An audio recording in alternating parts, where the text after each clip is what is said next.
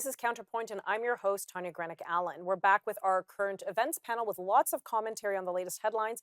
We'll cover the latest Conservative MP to cross the floor to the Liberals and what that means for the government. We'll dive into government expenditures, specifically the Ontario Sunshine List and Prime Minister Mark Carney's expensive tastes when it comes to airplane food. We'll unpack the BC provincial Conservative leadership race and how the outcome could affect the political landscape in BC. And we'll discuss recent court judgments, which some critics argue let refugees who have committed crimes, let them off way too easy. And do we have a double standard in our justice system? Well, lots to get through. And joining me now are political commentators Brock Stephenson and Hannah Salamon Vegh. Thank you both for joining me today. Again, lots of juicy topics. Let's start with the West Coast because this is heating up. It's the British Columbia Conservative leadership race. So maybe, Brock, I'll let you kind of give the primer because you're from British Columbia. Kind of share a little bit of a history as to what led to this point, why we're in a leadership race, and who's running and what your thoughts are. So the BC Conservatives came very close to forming government back in 2024, narrowly lost, and that was their best day until leader John Rustad stepped down. He had a variety of caucus issues, lost several caucus members between him kicking them out and them quitting, finally stepped down late last year after some conflict with the party's governing board. We're down to 5 candidates running for new leader of the party. That vote occurs at the end of May. We've got some high-profile candidates. We've got one candidate who sort of came out of nowhere who's collecting endorsements from other minor candidates. And the big issue seems to be who owns your home? Is it you as the property owner, or is it a First Nation that has fought the provincial government in court?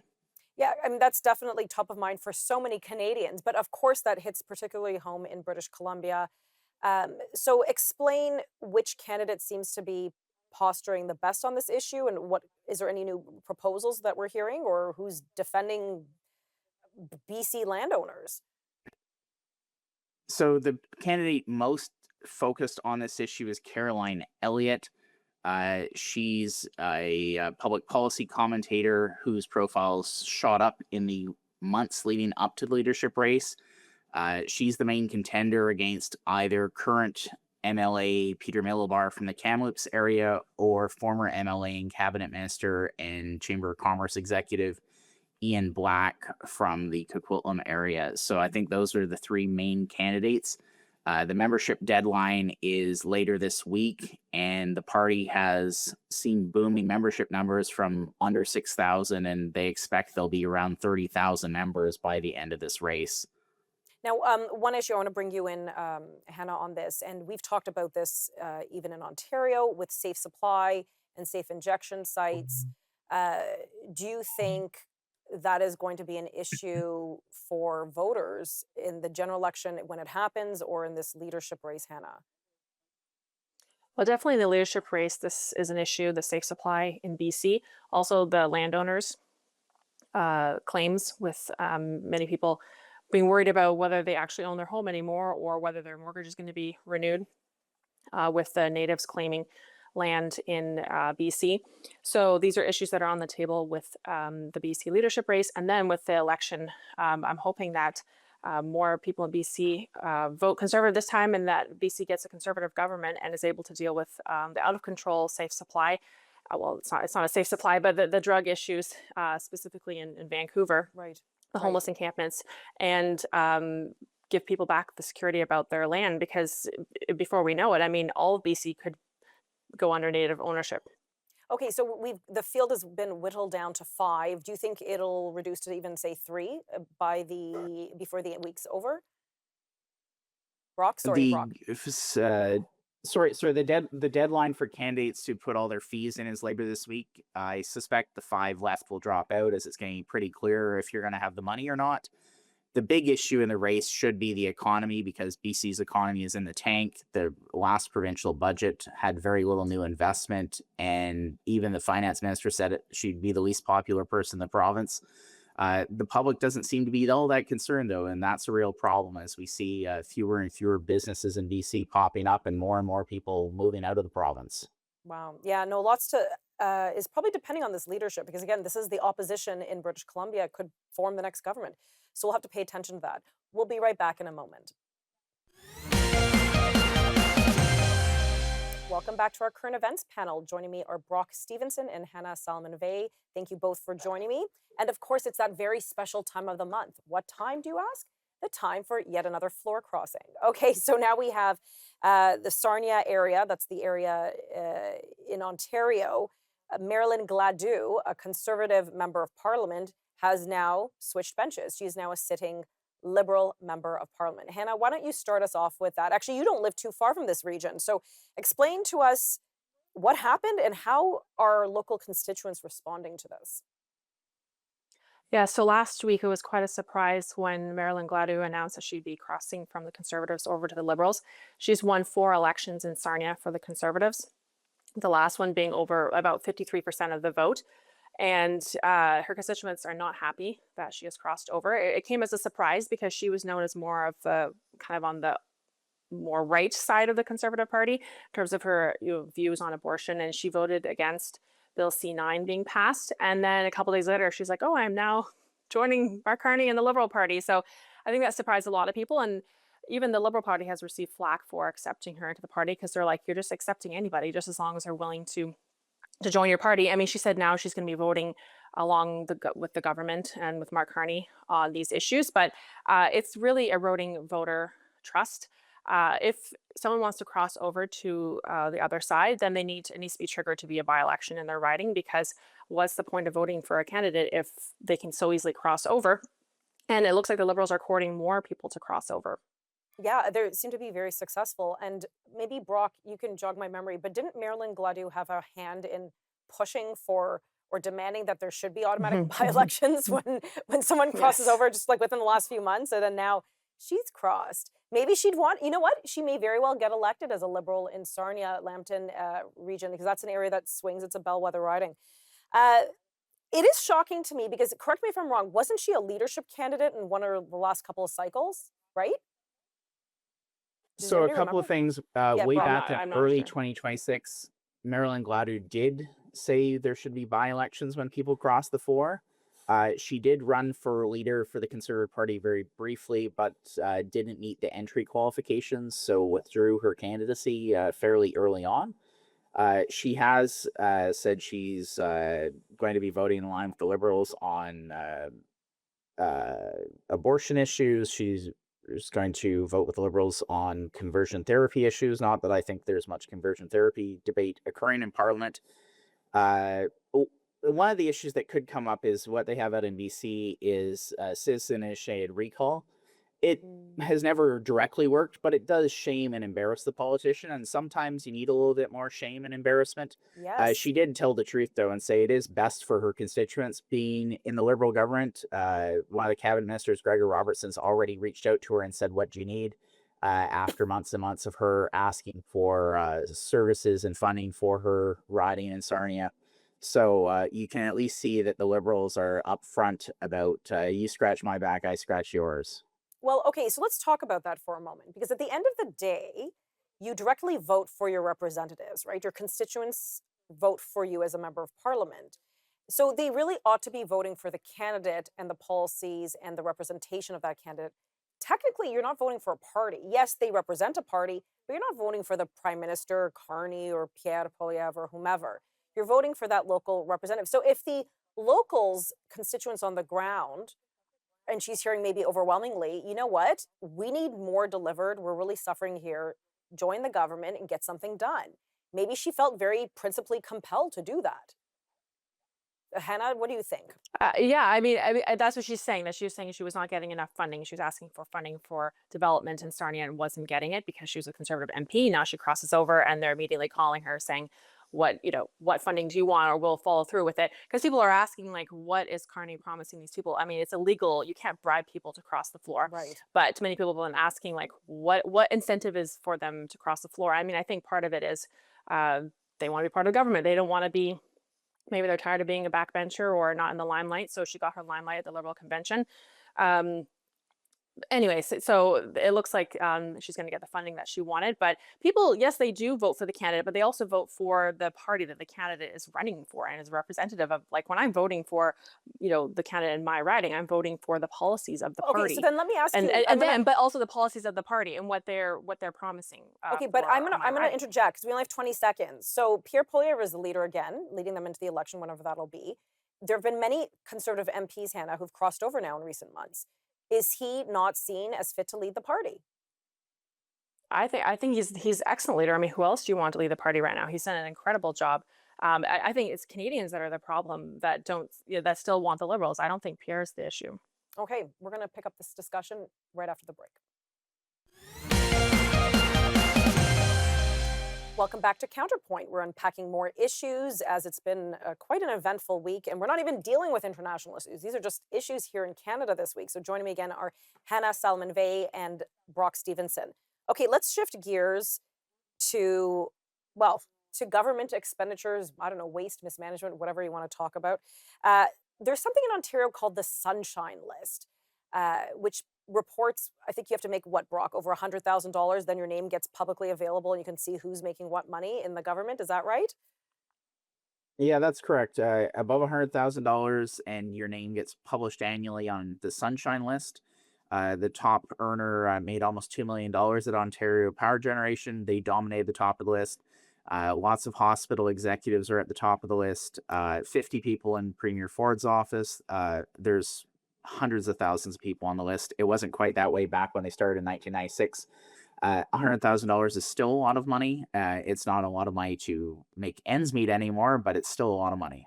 Yeah, there's been some complaints that they should raise the threshold. So something I observed going through the 2000s, 2010, because I used to follow this list every year, just out of curiosity. Is there a lot of teachers now on the list? Because a lot of teachers, if you've been there 10 years or so in Ontario, you're making, over $100,000. So there are lots of teachers now on the Sunshine List. So I'm sure they're kind of getting a little annoyed that they're on this list, that people can see how much the teachers are making, because Ontario does have fairly well remunerated teachers. Were there anything else that any other positions that caught your eye where maybe people are getting paid too much, Hannah, or that kind of shocked you? You took a step back. Well, I'm just surprised how many people are on that list, and that's just for Ontario. There's over 400,000 people who work in the public sector that make over $100,000 per year. But it was also pointed out that a huge rise in the numbers of these salaries is also in municipalities. It's not just at the provincial level, and the only thing that's funding that is property taxes that keep going up. Like every year now, in every small town or city that you live in, property taxes are going up, going to salaries and also other things. But I do think that government spending is out of control, and I don't know how much longer it's sustainable before it crushes the middle class Do you to the think point that people are like, I don't know how politicians can keep raising. Yeah, like they get to vote their salaries being raised every year, and also property taxes just go up automatically every year now. Hannah, do you think there's a tone deafness when the government does things like this? Well, yeah, when people are suffering and food bank usage is at all-time high, and our economy is not doing well right now. And in fact, Brock, there may not even be the list is not even that fulsome, because apparently a lot of there's some contractors, because they're not salaried employees full time. They're contract workers where they're in fact not even on the list. So the number of Sunshine Listers is actually quite high. One person who received quite a hefty raise was Doug Ford's daughter. That caught the attention of the news recently. Do you know a lot about that, Brock? I saw that she received a sizable salary increase from the year before at Runnymede Health Center, which I believe is a long-term rehabilitation center and care facility. She's a communications executive. One of the big problems in general, not just her in specific, is a lot of top-end bureaucracy in the healthcare system rather Right. than nurses or doctors. Yeah. Right. And that's, I think, when we see as you mentioned, the hospital executives on the list, it was shocking, because we keep hearing there's not enough funding, wait times are increasing for basic testing, and then the executives are getting paid a lot. Now, that being said, like, people need to run the system. The question is the system even manageable? Hannah, again, is this tone deaf when we hear about hospital executives making a lot, or in this case, Doug Ford's own daughter making a sizable Yeah, I think salary. there's corruption. Yeah, there's corruption going on there. Like last year, she got a 33% pay increase, and she's making $211,000 now as a But communications why do you say director for a corruption? Like, hospital. how could you say corruption? Like, what do you mean Well, because corruption? then Runnymede Hospital received a lot of government funding at the same time that her salary went up. I mean, she just has she just has a 2-year diploma. Like she's not.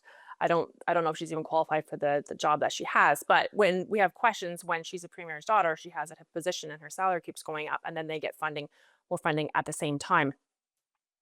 I was actually surprised that one, if you're like, say, a relative of a member of parliament or some appointed position, that you could actually get a job in the public service. Like, I thought that might be a conflict of interest. But anyways, we only have about 30 seconds. Brock, Mark Carney, $524,000 on airplane food. What the heck is this? The prime minister flies on a government aircraft. That food's catered, and it seems to be getting more and more expensive. Usually, this is a problem we associate with the governor general, but Mark Carney, I guess, is used to the rich lifestyle, and those costs are getting higher and higher, unfortunately. I'd like to be on that plane. I'd like to have some of that caviar or whatever the heck, champagne, prosecco. I'd love to be toasting. No, because it would be wrong, because it'd be your money, so I wouldn't be for that. Okay, we're Yeah, going to pick up a it's new taxpayer topic dollars. in just a few moments. Welcome back to the current events panel. Joining me again are Brock Stephenson and Hannah Salamon Vegh. There has been growing concern with recent judicial judgments, court judgments, that there may seem to be emerging maybe what some could consider a two-tier in the justice system. It seems that those with precarious immigration statuses might be getting more lenient sentences because it may result in their deportation or harsher experience for them to be here in Canada. So a couple stories have caught my attention. I've wanted to do a full show on this, and I will at some point, but just this week, there were a couple stories that caught my attention. Hannah, you can start us off. What happened in Hamilton, Ontario with a car crash, and what was the result of that case? Yeah, so in 2022, the Syrian refugee who's been in Canada since 2018, he operated a motor vehicle. He had no license. He's never driven before. He went out on the road and then hit another vehicle. And then the two passengers in that vehicle they flew out of the vehicle and they died, two middle-aged men. And this guy who killed them has only spent 6 months in jail. He was originally sentenced to 3 years and 6 months, but then after 6 months, he was out on bail, waiting for his bail hearing. And he's been evaluated by different psychologists, and also a jury was ruling on the case as well. And they were saying he suffered PTSD in Syria because of the war back there. So therefore, he should not be held accountable. And he's, I guess, been found not criminally responsible and is under house arrest instead of spending time in jail. So my question is, where are the rights of the victims who were so tragically and unnecessarily killed like that? And I feel so badly for their families. There's been no justice for them. Well, okay, but they've had a few evaluations done, Brock. If he's not criminally responsible, whether he's a refugee or a Canadian citizen, should it matter? It shouldn't. The case cited that when he saw the accident, he disassociated because of his PTSD. We have a real difficult time deporting people that are not citizens here in Canada. Part of our challenge seems to be that we think everywhere in the world is a big, scary, bad place. And there was a civil war in Syria. I know that's a terrible thing. But Canada is a safe haven for refugees, but you have to follow the laws of Canada to stay here. And I think that a lot of judges and politicians don't think that that is a bar that's too low. So we need to lower it even further. And that's how we get to this point. Well, it's actually quite scary. But because he's not even spending time in jail though. Like maybe don't deport him because he won't receive any justice in his country, but like he needs to be in jail because of killing people. Right, right. Like, look, I PTSD is a real thing. I get it. I know people who have PTSD.